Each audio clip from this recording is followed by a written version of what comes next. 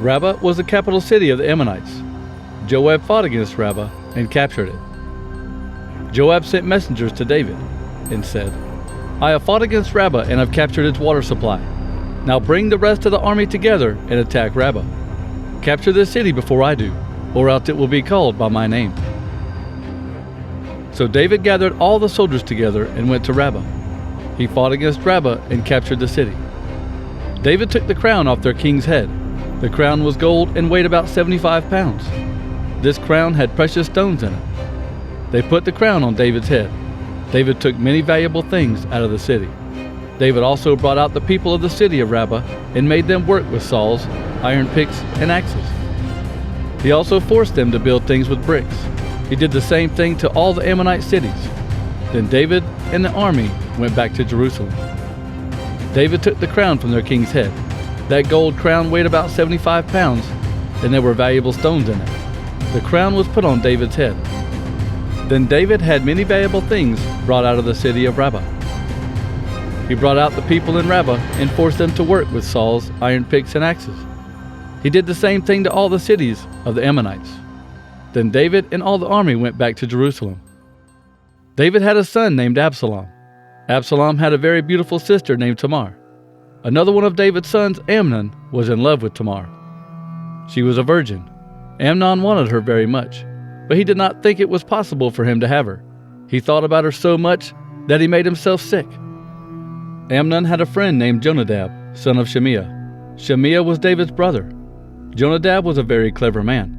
He said to Amnon, "Every day you look thinner and thinner. You are the king's son. You have plenty to eat. So why are you losing weight? Tell me." Amnon told Jonadab, "I love Tamar, but she is the sister of my half-brother Absalom." Jonadab said to Amnon, "Go to bed, pretend you are sick. Then your father will come to see you. Tell him, 'Please let my sister Tamar come in and give me food to eat. Let her make the food in front of me. Then I will see it and eat it from her hand.'" So Amnon lay down in bed and pretended to be sick. King David came in to see Amnon. He said to King David, "Please let my sister Tamar come in. Let her make 2 cakes for me while I watch. Then I can eat from her hands." David sent messengers to Tamar's house. They told her, "Go to your brother Amnon's house and make some food for him." So Tamar went to the house of her brother Amnon. He was in bed. Tamar took some dough, pressed it together with her hands, and cooked the cakes. She did this while he watched. Then Tamar took the cakes out of the pan and set them out for him, but he refused to eat. He said to his servants, "Get out of here! Leave me alone!" So all of his servants left the room. Then Amnon said to Tamar, "Bring the food into the bedroom and feed me by hand." So Tamar took the cake she had made and went into her brother's bedroom. She started to feed Amnon, but he grabbed her hand. He said to her, "Sister, come and sleep with me." Tamar said to Amnon, "No, brother, don't force me to do this. Don't do this shameful thing. Terrible things like this should never be done in Israel. I would never get rid of my shame, and people would think that you were just a common criminal. Please, talk with the king. He will let you marry me." But Amnon refused to listen to Tamar. He was stronger than she was, so he forced her to have sexual relations with him. Then Amnon began to hate Tamar. He hated her much more than he had loved her before. Amnon said to her, "Get up and get out of here." Tamar said to Amnon, "No, don't send me away like this. That would be even worse than what you did before." But Amnon refused to listen to Tamar. He called a servant and said, "Get this girl out of this room now, and lock the door after her." So Amnon's servant led Tamar out of the room and locked the door. Tamar was wearing a long robe with many colors. The king's virgin daughters wore robes like this. Tamar tore her robe of many colors and put ashes on her head. Then she put her hand on her head and began crying. Then Tamar's brother Absalom said to her, "Have you been with your brother Amnon? Did he hurt you? Now, calm down, sister. Amnon is your brother, so we will take care of this. Don't let it upset you too much." So Tamar did not say anything. She quietly went to live at Absalom's house. King David heard the news and became very angry, but he did not want to say anything to upset Amnon because he loved him since he was his firstborn son. Absalom began to hate Amnon. Absalom did not say one word, good or bad, to Amnon, but he hated him because Amnon had raped his sister Tamar. 2 years later, Absalom had some men come to Baal Hazor to cut the wool from his sheep. he invited all the king's sons to come and watch. Absalom went to the king and said, "I have some men coming to cut the wool from my sheep. Please come with your servants and watch." King David said to Absalom, "No, son, we will not all go. It will be too much trouble for you." Absalom begged David to go. David did not go, but he did give his blessing. Absalom said, "If you don't want to go, please let my brother Amnon go with me." King David asked Absalom, "Why should he go with you?"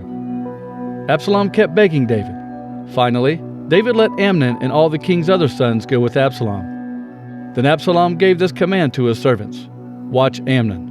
When he is drunk and feeling good from the wine, I will give you the command. You must attack Amnon and kill him. Don't be afraid of being punished. After all, you will only be obeying my command. Now, be strong and brave." So Absalom's young soldiers did what he said. They killed Amnon, but all of David's other sons escaped. Each son got on his mule and escaped. The king's sons were still on their way into town, but King David got a message about what happened. But the message was, "Absalom has killed all the king's sons. Not one of the sons was left alive." King David tore his clothes and lay on the ground. All of David's officers standing near him also tore their clothes. But then Jonadab, the son of David's brother Shimei, said, "Don't think that all the king's sons were killed. Only Amnon is dead. Absalom has been planning this from the day that Amnon raped his sister Tamar. My lord and king, don't think that all of your sons are dead. Only Amnon is dead." Absalom ran away. There was a guard standing on the city wall. He saw many people coming from the other side of the hill and went to tell the king. So Jonadab said to King David, "Look, I was right. The king's sons are coming." The king's sons came in just after Jonadab said that. They were crying loudly. David and all of his officers began crying. They all cried very hard. David cried for his son every day. Absalom ran away to Talmai, son of Ammihud, the king of Geshur. After Absalom had ran away to Geshur, he stayed there for 3 years. King David was comforted after Amnon died, but he missed Absalom very much. Joab, son of Zeruiah, knew that King David missed Absalom very much. So Joab sent messengers to Tekoa to bring a wise woman from there. Joab said to this wise woman, "Please pretend to be very sad. Put on sackcloth. Don't dress up. Act like a woman who has been crying many days for someone who died. Go to the king and talk to him using these words that I tell you." Then Joab told the wise woman what to say. Then the woman from Tekoa talked to the king. She bowed with her face to the ground. Then she said, "King, please help me." King David said to her, "What's your problem?" The woman said, "I am a widow. My husband is dead. I had 2 sons. They were out in the field fighting. There was no one to stop them. One son killed the other son. Now the whole family is against me. They said to me, 'Bring us the son who killed his brother, and we will kill him, because he killed his brother.'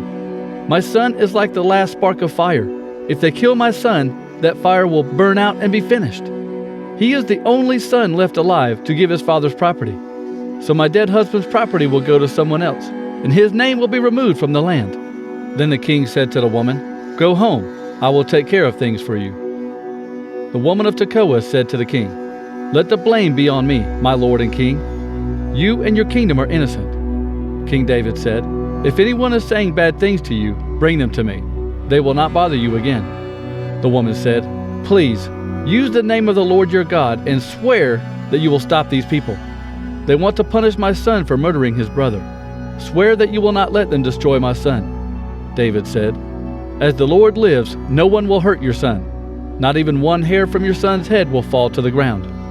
The woman said, "My lord and king, please let me say something else to you." The king said, "Speak." Then the woman said, "Why have you planned these things against the people of God? When you say these things, you show you are guilty because you have not brought back the son who you forced to leave home. We will all die someday. We will be like water that is spilled on the ground. No one can gather this water back from the ground. You know God forgives people. God made plans for people who are forced to run away for safety. God does not force them to run away from Him. My Lord and King, I come to say these words to you because the people made me afraid. I said to myself, I will talk to the king. Maybe the king will help me. The king will listen to me and save me from the man who wants to kill me and my son." That man just wants to keep us from getting what God gave us. I know that the words of my Lord the king will give me rest, because you are like an angel from God. You know what is good and what is bad, and the Lord, your God, is with you." King David answered the woman, "You must answer the question I will ask you." The woman said, "My lord and king, please ask your question." The king said, "Did Joab tell you to say all these things?" The woman answered, "As you live, my lord and king, you are right. Your officer Joab did tell me to say these things. Joab did this so that you would see things differently. My lord, you are as wise as God's angel. You know everything that happens on earth." The king said to Joab, "Look, I will do what I promised. Now please bring back the young man Absalom." Joab bowed with his face on the ground. He blessed King David and said, "Today I know that you are pleased with me. I know because you have done what I asked." Then Joab got up and went to Jeshurun and brought Absalom to Jerusalem. But King David said, "Absalom must go back to his own house. He cannot come to see me." So Absalom went back to his own house, but he could not go to see the king. People really bragged about how good-looking Absalom was. No man in Israel was as handsome as Absalom. Every part of his body was perfect, from his head to his feet. At the end of every year, Absalom cut the hair from his head and weighed it.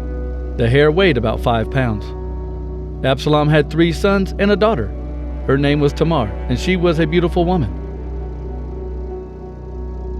Absalom lived in Jerusalem for 2 full years without being allowed to visit King David. Absalom sent a message to Joab, asking for permission to see the king. But Joab refused to come see him. So Absalom sent a second message to Joab. Again, Joab refused to come see him. Then Absalom said to his servants, "Look, Joab's field is next to my field. He has barley growing in that field. Go burn the barley." So Absalom's servants went and started a fire in Joab's field. Joab got up and came to Absalom's house. He said to him, "Why did your servants burn my field?" Absalom said to Joab, "I sent a message to you. I asked you to come here. I wanted to send you to the king and ask him why he asked me to come home from Geshur. I cannot see him, so it would have been better for me to stay in Geshur. Now let me see the king. If I have sinned, he can kill me." Then Joab came to the king and told him what Absalom said. The king called for Absalom. Absalom came to the king and bowed low on the ground before the king. The king kissed him.